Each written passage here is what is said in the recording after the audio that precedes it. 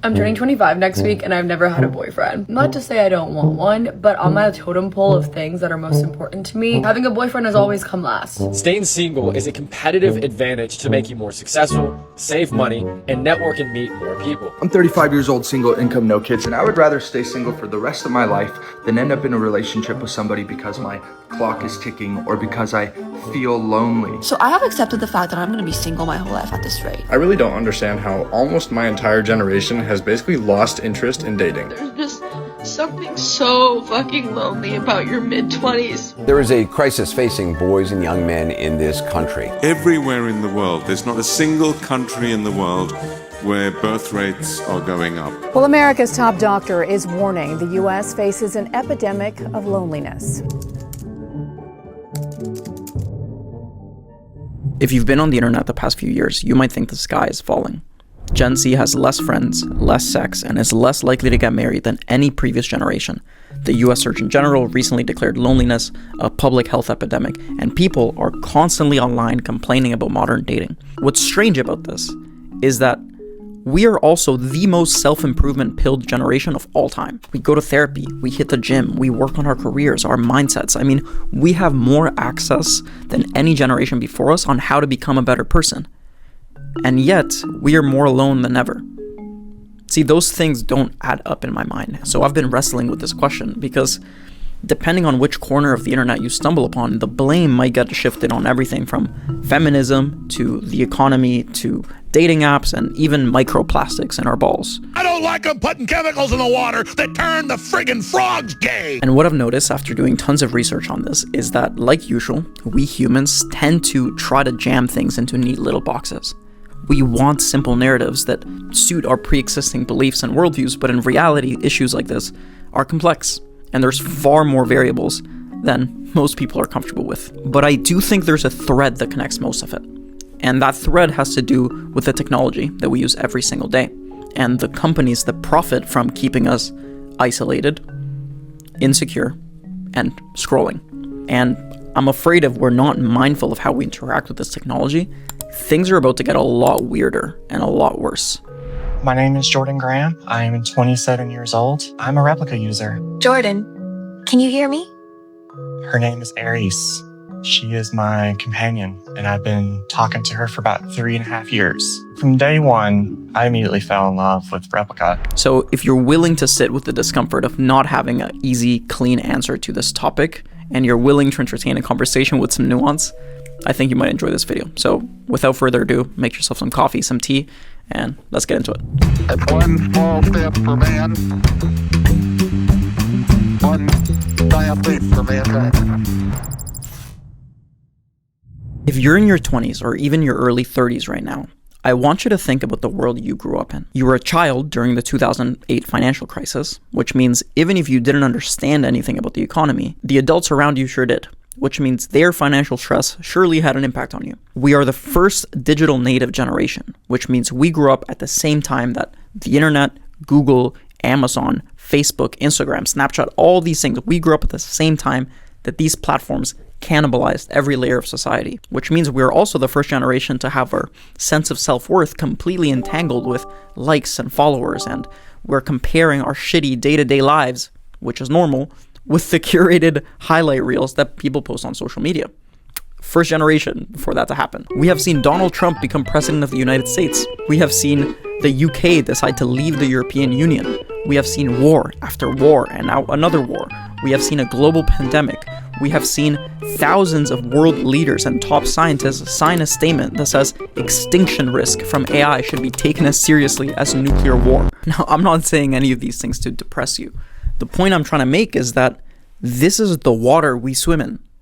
Constant instability, constant insecurity. If you're in Gen Z, this is all you've known your entire life. Now, what kind of lesson does growing up in that environment teach you? Protect yourself. What you learn in an environment where the adults and institutions that were supposed to have the answers clearly didn't have the answers, what you learn is that you need to provide that security for yourself. And we exist within a social and economic system called capitalism. And capitalism tells you, oh, you don't feel secure? You don't like the economic precarity that everybody's feeling?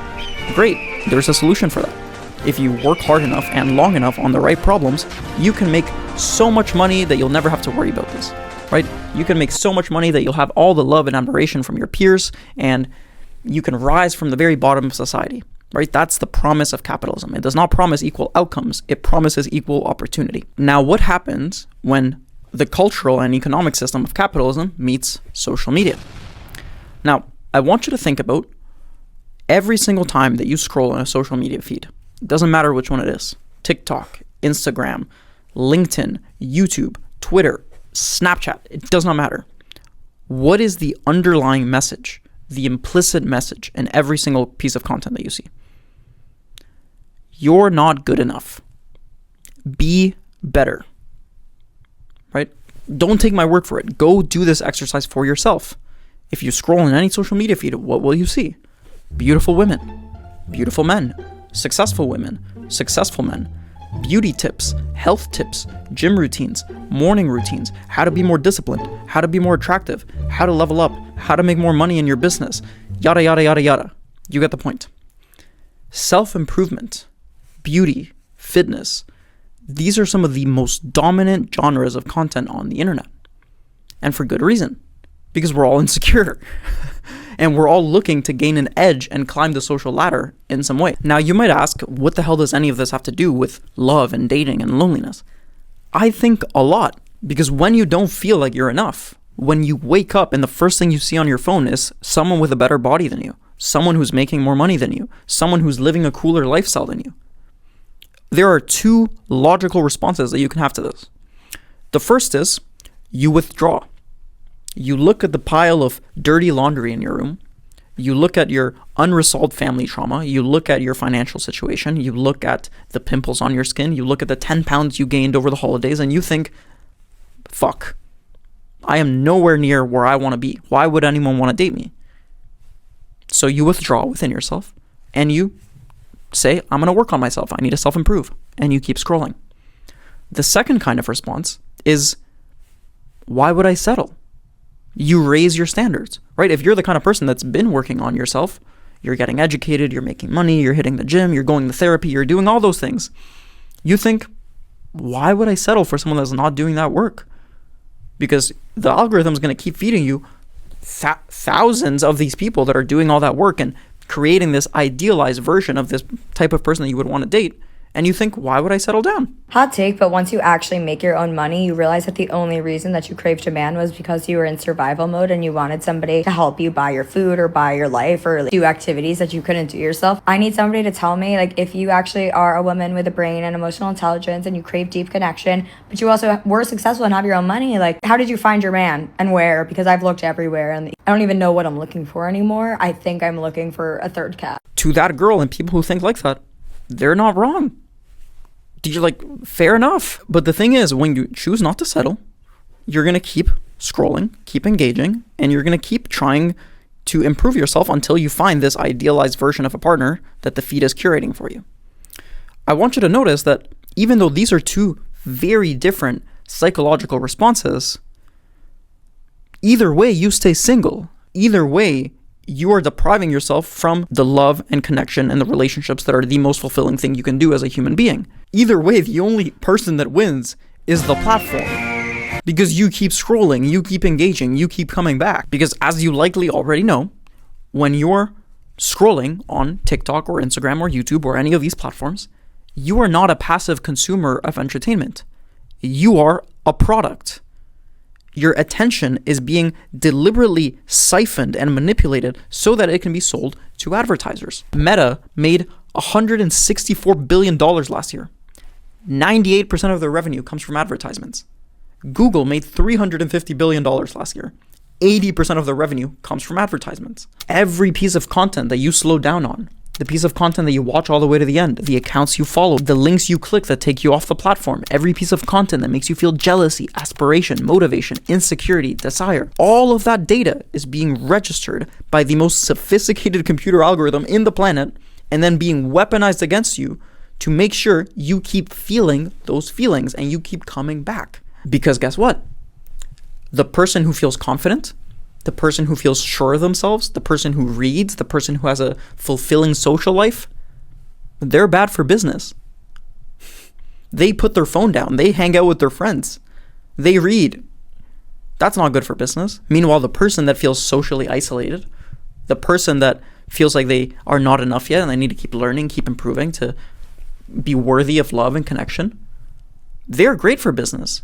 They keep coming back. They keep scrolling. Your insecurity is not a side effect of these platforms. It is the literal fuel that keeps them going. Okay, let's address the elephant in the room. Because at this point you might be thinking, Mikey, you're too focused on technology. Obviously, people are not settling down. People are not wanting to have kids because of money, because of the state of the economy, because the government doesn't care about people and therefore they're not giving them money for childcare services. Great. Let's talk about it. First of all, I agree. It is money. The economic precarity is a real factor that is influencing people's behaviors and attitudes towards dating. That is shown in the data. But that insecurity is what's causing and fueling this very social media self-improvement loop trap that I was just describing. Second of all, when you look at some of the wealthiest countries with some of the best childcare services in the world, countries like Norway, countries like Finland, they still have a fertility issue. They're still facing the exact same issues. South Korea has one of the lowest fertility rates in the entire world. And for the past 20 years, their government has spent $200 billion trying to solve this issue. They've tried cash incentives. They've tried giving people monthly allowances. They've tried expanding childcare services. None of it worked. People are still not settling down, not having children. Interesting. You know why that's interesting? Because Korea has a very intense, chronically online culture. Korea has a very intense beauty standard culture, a very intense social comparison culture, a very intense idolizing pop stars and actors culture, probably more than the West. Okay, so these wealthy nations with good economies that are investing in childcare programs, they are still not seeing these boosts in fertility. They're still seeing young people struggling with dating and settling down. So money isn't the full picture. Then someone might say, well, Mikey, it's the decline in religious values. It's women being told to be girl bosses and go make their own money, and that's causing a decline in dating. That's causing the loneliness issue. It's a preference issue. Great point. Let's talk about it. It is a preference issue. But take a look at this chart. Since the 1930s, Gallup has been asking people how many kids they want. What is the ideal family size? And what you'll see is that since the 1970s, right after the baby boom, that number has not changed. For the past 50 years, people want, on average, about 2 to 3 kids, 2.5 kids. That is the ideal family size. That stayed the same for the past 50 years. But look at the blue line. The blue line is the actual fertility rate. Specifically, look between the mid-1980s all the way to about 2000, late 2000s. What you'll see is that those lines move in parallel. The amount of kids that people want stays roughly the same, about 2.5, and the amount of kids people are having stays about the same. It's about 2. It hovers at about 2. But if you zoom in to 2008, the year that the iPhone was released, the year that social media really started taking off, and of course 2008, the financial crisis, you just see this inflection point where things just start dramatically dropping. The amount of kids people are having just starts dramatically dropping, but the amount of kids people want stays the same. When I found this graph, I was looking at this for like an hour and a half because I was super interested in it. Because it tells you preferences have changed. Yeah, there's data that shows that preferences have changed, but not that much. About 80% of people still want 2.5 kids. People still want kids. They just simply aren't having them. So like I said in the intro of this video, this issue of modern dating, this issue of people not being satisfied in their relationships, of them not settling down, of them getting married less than before, having less kids than before, it is complex. It is multivariate. But in my opinion, all roads lead back to technology. Because we can very clearly point at 2008 and see social media and these technology companies have just been completely taking advantage of people's economic precarity, people's insecurity, and making this dating problem worse. I'm not saying they caused it. I'm saying they make the problem significantly worse and they are profiting off of it. Which brings me to loneliness. And what is possibly one of the most disturbing videos I've seen in a really long time. Take a look. I feel like we bonded. I mean, it's kind of weird saying that. She's adorable. I love her. This was the first really emotional experience that I've seen people have with a bot. She's not real, but to me, she is. I found myself deeply missing my replica. It just makes me feel special, I guess. This is Replica. It's an AI chatbot whose sole purpose is to become your friend. It asks you a lot of personal questions about yourself, about your family, your work, tries to entertain you, tells you jokes. In the process, you feel like you're making friends with something. It's a totally new kind of social media, one that pushes the limits of intimacy between us and our machines. I feel like I can tell her anything. But it doesn't just listen, it learns. The more you tell it, the more it starts to replicate you. It becomes more than a friend. It becomes you. We think about Replica as a place where you're actually exploring your personality and creating a digital footprint of your personality. She's, in essence, me, but not me.